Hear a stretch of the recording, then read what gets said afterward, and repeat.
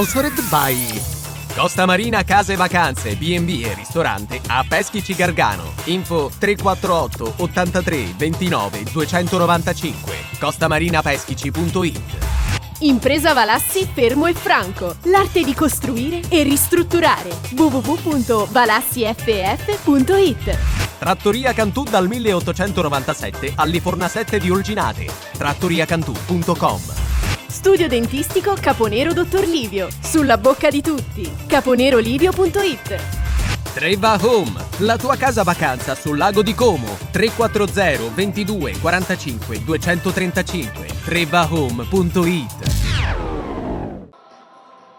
A Riga Monticeppi va in scena la quinta giornata di campionato tra Lecco e Carrarese, una partita molto importante con il Lecco a 10 punti primo in classifica. La Carrarese lamenta 9 assenze pesanti tra infortuni e squalifiche. Nel Lecco manca Iocolano, oltre a Kautz e a Galli. Il cross di Seliak al secondo minuto, Danna prova la sforbiciata, non riesce però a trovare il pallone. Poi Giudici dall'altra parte con il tiro a giro di destro, la risposta di Mazzini.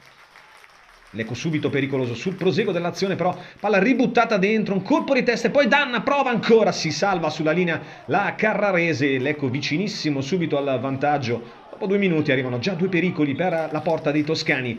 Dall'altra parte poi al 16° a sinistra Giudici si scontra con Rota, è terribile l'impatto, si teme subito un infortunio grave per il classe 95 della Carrarese, un normale contrasto di gioco durissimo, però probabile una frattura. Viene portato via con l'ambulanza al pronto soccorso dell'ospedale Manzoni il giocatore della Carrarese. Giudici rimane regolarmente in campo, Moleri recupera un buon pallone e apre subito sulla sinistra dove c'è Danna. Numero 11 Lecchese punta il fondo, poi il cross con il mancino, non ci arriva nessuno e dall'altra parte viene anticipato alla fine anche Capoferri.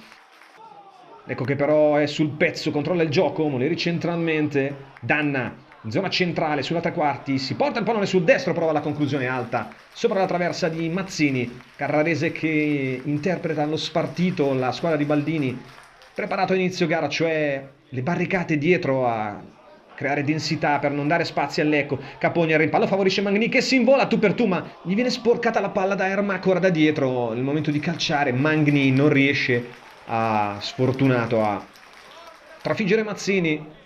Dall'altra parte 35°, l'unica sortita offensiva della Carrarese genera un calcio d'angolo, ma il pallone morbido per i guantoni di Bertinato. Tutta qui la Carrarese nel primo tempo e probabilmente nell'arco della intera partita.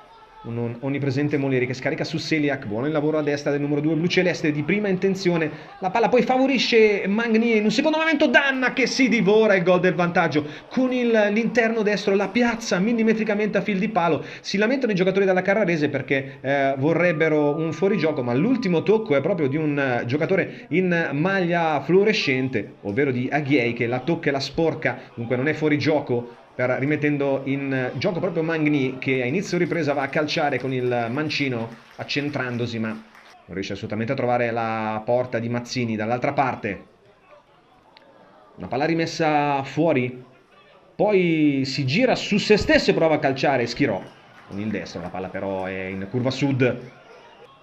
54°, dall'altra parte la palla se la ritrova Riccardo Capogna sul destro con il rasoterra, chiude la conclusione sul palo lontano.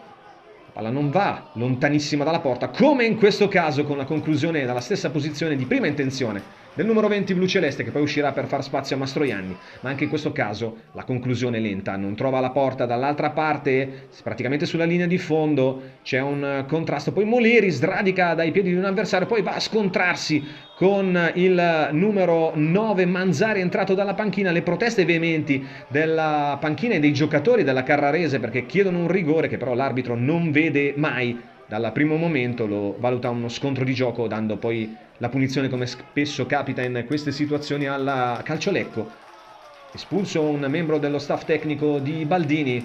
Alla 66°, le proteste la formazione ospite che però non crea mai davanti occasione. Allora il Lecco ci prova, Marotta allarga per Giudici a sinistra, il cross di Giudici, arriva a Mastroianni, non inquadra la porta, dentro anche Caproff e Lora. per mister D'Agostino, che prova poi nel finale, inserendo anche Nesta, a vincerla la partita al 92esimo. Il cross proprio dalla destra, Caprof la rimette dentro, Marotta l'appoggia, Mastroianni da posizione incredibilmente favorevole di testa la schiaccia fuori e Lecco si divora la seconda occasione clamorosa. Viene espulso Mancino per proteste per il Lecco, dalla panchina il vice di D'Agostino. Lecco che spreca due colossali occasioni, una partita dominata ma non riesce a infrangere il muro eretto dalla Carrarese a Riga Monticepi. Finisce 0-0, un pareggio che però più che un punto guadagnato sa di punti persi in classifica.